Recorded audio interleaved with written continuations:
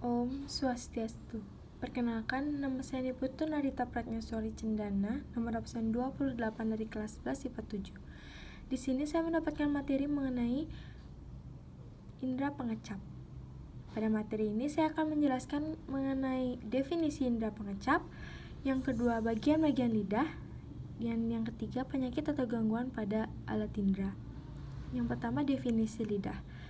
Lidah disebut juga kemoreseptor karena peka dan mampu menerima rangsangan zat kimia berupa larutan. Lalu, apa itu reseptor? Reseptor adalah kuncup-kuncup pengecap yang ada pada lidah. Jadi, lidah adalah kumpulan atau rangka pada bagian lantai mulut yang dapat membantu pencernaan makanan dengan mengunyah dan menelan. Lidah merupakan massa jaringan pengikat dan otot lurik yang diliputi oleh membran mukosa. Membran mukosa melekat erat pada otot karena jaringan penyambung lamina propria menembus ke dalam ruang-ruang antar berkas-berkas otot. Ada dua otot yang berperan aktif pada gerakan lidah, yaitu otot intrinsik dan otot ekstrinsik. Otot intrinsik adalah otot yang melakukan gerakan secara halus, sedangkan otot ekstrinsik merupakan otot yang melakukan gerakan secara kasar pada waktu mengunyah dan menelan. Yang kedua, bagian-bagian lidah. Bagian-bagian lidah ada 3, yaitu pangkal lidah, punggul lidah, dan ujung lidah. Berdasarkan bentuknya, papila dibagi menjadi 3, yaitu papila filiformis, yang kedua papila circumvallata, yang ketiga papila fungiformis. Pertama, papila filiformis. Papila ini berbentuk benang dan merupakan papila peraba. Papila ini menyebar di seluruh permukaan lidah. Yang kedua, papila circumvallata. Papila ini tersusun dalam lengkungan yang berbentuk huruf V dan terdapat di pangkal lidah. Lalu yang ketiga, papila fungiformis.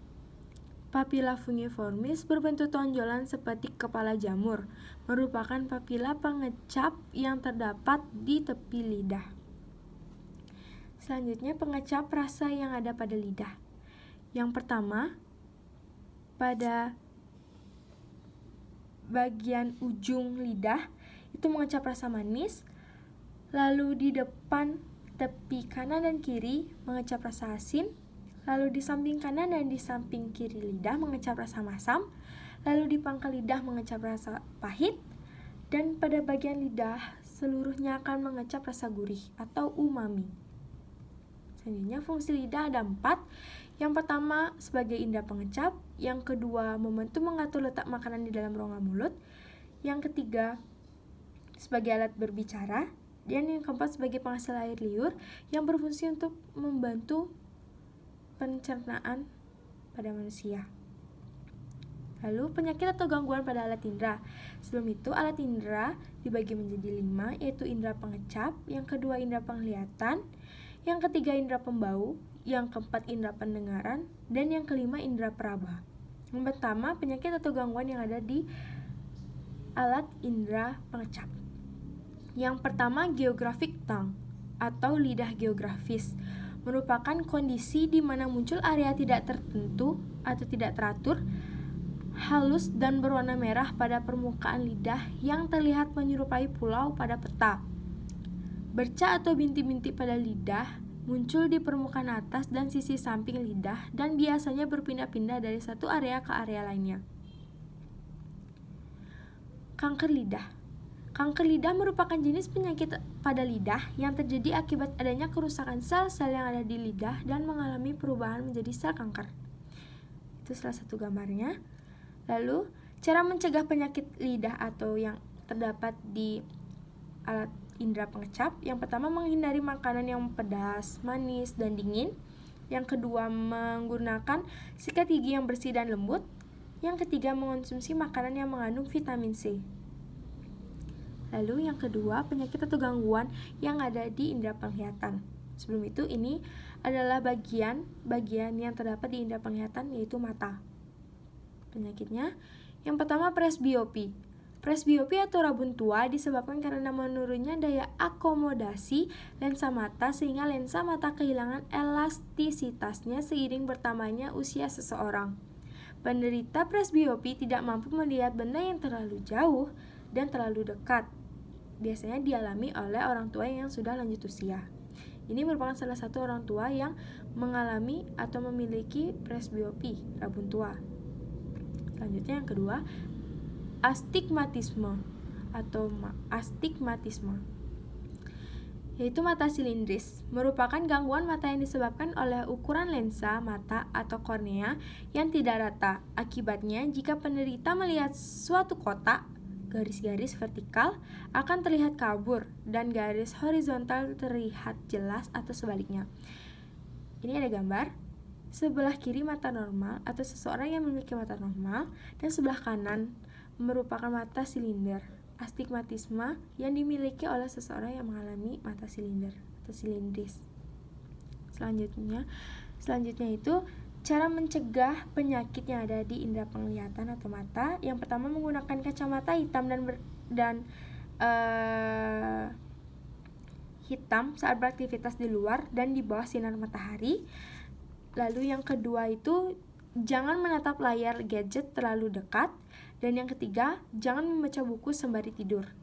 Selanjutnya, ada indera pembau. Pada gambar terdapat organ-organ tertentu, yaitu serabut saraf pembau atau olfaktori, yang kedua serabut saraf kotak, yang ketiga tulang hidung, lendir, dan silia saraf pembau. Yang pertama penyakitnya itu sinusitis. Sinusitis adalah penyakit yang terjadi akibat peradangan pada bagian sinus. Sinus sendiri terletak pada rongga-rongga tulang yang berhubungan dengan hidung. Flu adalah penyakit yang diakibatkan oleh virus bernama influenza. Ini menyebabkan batuk, pilek, sakit di daerah sekitar leher. Terkadang juga muncul gejala seperti demam dan sakit di persendian yang disertai rasa pusing. Gejala serangan virus influenza pada anak-anak terkadang disertai dengan diare. Di sini, cara mencegah penyakit atau gangguan pada indera pembau. Yang pertama, jaga kebersihan ruangan. Yang kedua, mengonsumsi makanan yang sehat. Yang ketiga, hindari penyebab alergi pada hidung. Lalu, selanjutnya, indera pendengaran. Sebelum itu, terdapat gambar. Pada bagian yang berwarna merah, itu merupakan bagian luar telinga. Dan bagian merah muda atau pink itu merupakan bagian tengah dari telinga, dan pada warna biru itu merupakan bagian dalam dari telinga. Selanjutnya penyakitnya atau gangguannya vertigo. Vertigo adalah penyakit atau kondisi di mana telinga bagian dalam mengalami gangguan sehingga terasa pusing dan ruang di sekeliling penderita terasa berputar. Akibatnya penderita merasa berputar atau melayang. Kelainan pada telinga ini sangat berbahaya jika menyerang secara tiba-tiba. Lalu yang kedua itu tinnitus. Tinnitus, jenis penyakit telinga ini umumnya ditandai dengan denging di telinga, meskipun suaranya juga bisa berupa desis, mendengung, menderu, atau mengklik. Gejala tinnitus biasanya berupa suara yang tidak bisa dijelaskan di satu atau kedua telinga, yang mungkin keras atau lembut. Suaranya mungkin bernada tinggi pada beberapa orang dan bernada rendah untuk orang lain. Di sini saya akan memberikan pencegahan penyakit atau gangguan pada indera pendengaran. Yang pertama, jangan menggunakan earphone lebih dari 1 jam. Yang kedua, rutin membersihkan kotoran telinga. Yang ketiga, periksakan diri ke dokter spesialis THT. Selanjutnya, penyakit atau gangguan pada indera peraba.